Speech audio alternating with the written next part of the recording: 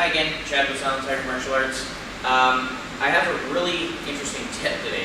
A lot of adults have asked me to show how to do high kicks without warming up.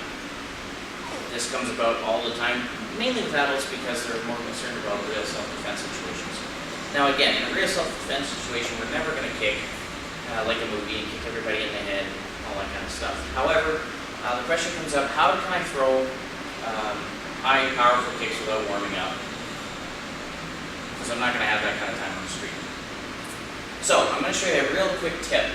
It's called a turning step, or a turning kick. It helps open up your hips a little bit for those people who aren't stretched out. Now, I haven't stretched out, and I'm not the most flexible person on the planet without a good warm-up, so I want to show you how it is, or how it would be in the street. So, in your regular fighting stance, if I throw a round kick, and I use a heavy bag here for an example, a regular powerful round kick would be thrown more of a swinging, torquing, dynamic movement. I have to swing my body and fire the kick. Now, I would pivot on my support foot, usually up to 180 degrees to generate enough power. Now, I'll show you how to get away from doing that and not telegraphing the kick as much, and still being able to kick probably a lot higher than you normally think you could.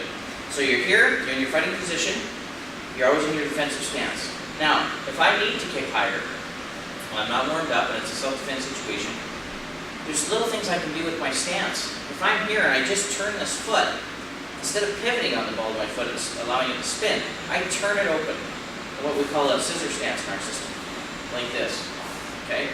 This little movement first, I'm not going to do this static. I'm not going to stop and then fire the kick. That would let this person know that I'm going to kick them, which is exactly what we don't want. We want to be able to kick and get away. So, what I do is I turn this foot without them seeing it, just a little bit, even if I just take this little step out. And you can use your heel to turn it, or you can go on the ball of your foot. That doesn't matter. What does matter is that that's going to be our support leg, it's going to have our weight on it. So by turning my hip, and I'll do one slow, if I turn my hip like this and I open up my hip, and I'm close to the bag, turn, I should be able to kick higher than I did before.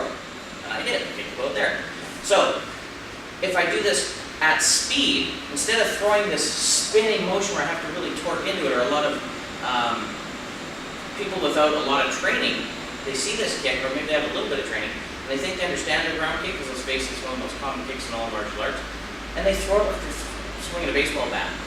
And it's still going to hurt you if it lands. However, without that snapping whip-like effect, you're not going to get the same kind of power. Okay? So, from here, I turn my foot, and I can bring it up.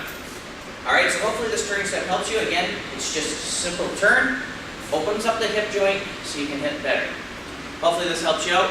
Practice, and see you next time.